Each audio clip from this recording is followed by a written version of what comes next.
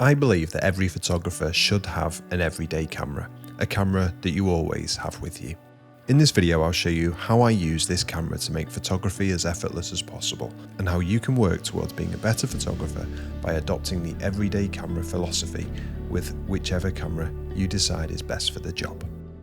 The Fujifilm X100V has been that camera for me for the last 3 years. And as I find my way with photography again, this camera is proving to be an essential catalyst along that path. Now, as I've mentioned in the last few videos, I seem to have fallen out of love with photography over the last few years. And I think a lot of it is down to the fact that the work I do is very similar to photography, and the work and the hobby have too much crossover. And because of that, I want work and play to feel completely separate to one another.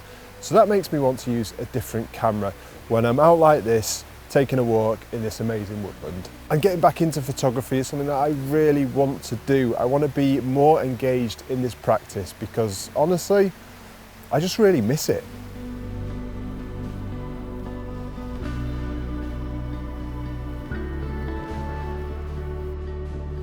In order to make using an everyday camera as easy and as effortless as possible, we need to remove any friction between the idea of us going out and taking photos and that actually happening. We need to remove the choice. It's a bit like if you want to go for a run, the best thing to do is lay out your kit and put your running shoes by the door for the morning. So when you get up in the morning, you don't have to make that choice. I'm talking about things like choice of lenses, choice of whether or not to take filters, sometimes even the choice of which camera to even bring. The only real choice when using this camera is which film simulation to pick, and that's a choice we can even defer to later on. That's not something we need to decide on when we're out taking photos. When I'm out on anything but a dedicated shoot, like taking all my gear on a sunrise hike, I want something that's easy to carry. I don't want a 24 to 70 bouncing around on my chest and 2.5 kilos pulling down on my neck. I want my hands to be free when I'm walking around, and I can just wear this around my neck without really even noticing it. And this is especially important on things like family trips when I'm out with my kids and I just want to quickly take a shot and then let go of the camera again. I'm not going to do that with a big body and a big lens. I want something that's enjoyable to use, that's quick and easy, and that I don't have to keep getting out and putting in a bag. There's a saying that the best camera is the one you have with you. And I kind of see where people are going with that. But I also disagree. If the camera I have with me is hard to use, as in there's enough friction to stop me pulling it out of my bag, and that can be something as simple as it's big and heavy, then I'm not going to use it. And if I'm not going to use it, then that is not the best camera to have with me. I may as well be carrying around a rock. I feel like I've done that quite a lot. Quite a lot of hikes, I may as well have carried rocks. This camera, the Fujifilm X100V, hits that balance perfectly for me. This is not a gear review. There are plenty of those out there. This is how this camera works for me as an everyday camera. And you can then take some of my findings to find your own everyday camera. And I guarantee that adopting this everyday camera philosophy will improve your photography.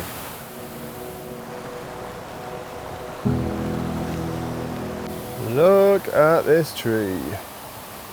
This is probably where this falls down a bit. Fixed lens, 35mm, it's 23mm on an APS-C, so it's 35mm equivalent. It's not wide enough for this.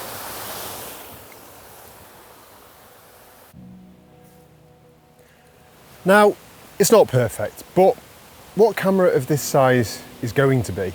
There's been an awful lot of hype about the X100 over the last sort of 18 months. I'm not really sure why. This camera is coming up for 4 years old. And yeah, it's a nice camera, but recently I've seen it selling for almost double its RRP, which is just mad. Yeah, it's nice to use, but it's got its limitations. The battery life is pretty bad, and it's not got any in-body image stabilization, which isn't great for video and isn't great for low light shooting either. The autofocus isn't that good on it. Where the battery and card slot is really annoying because it's right next to the tripod mount. So if you've put a plate on the bottom of it, you can't open the door to get the memory card or the battery out. I hate that design so much. And finally, before my battery runs out, compact.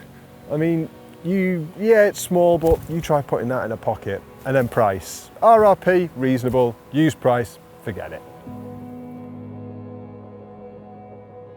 Whatever you choose for your everyday camera, if size and weight are your primary consideration, and they should be if you're taking it with you everywhere you go, then you are going to have to accept some limitations somewhere.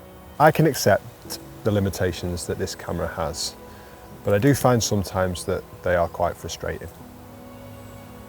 When choosing an everyday camera for yourself, work out what your priorities are and base your decision on that.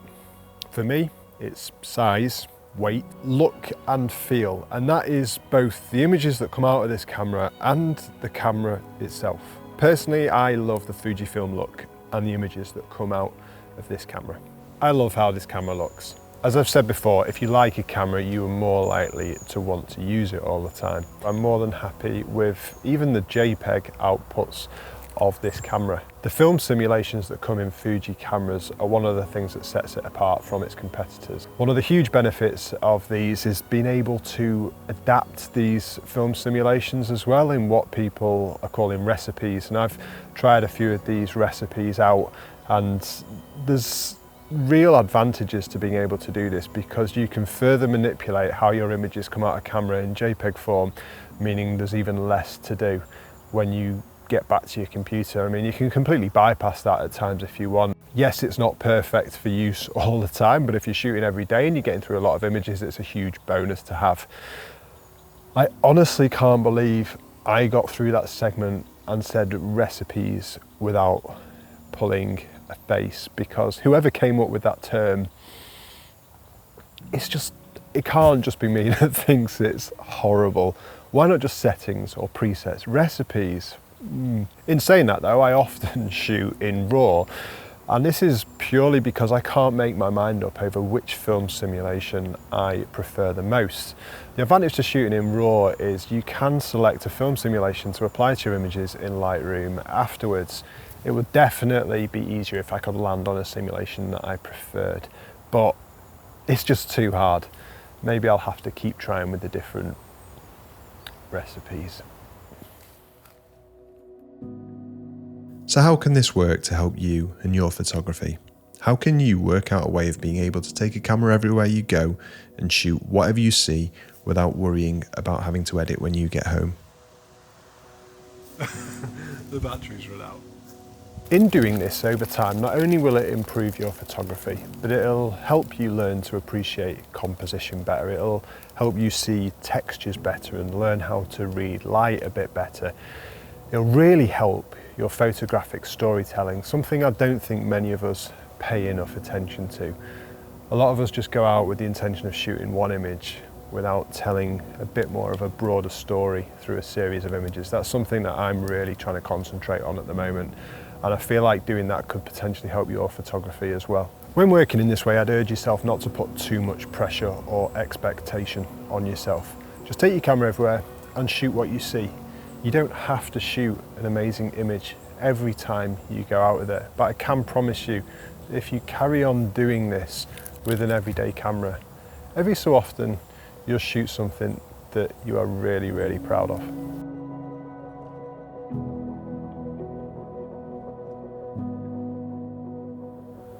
When I look back over my images from the last 5 to 6 years, some of my absolute favourites have been shot on Fujifilm gear.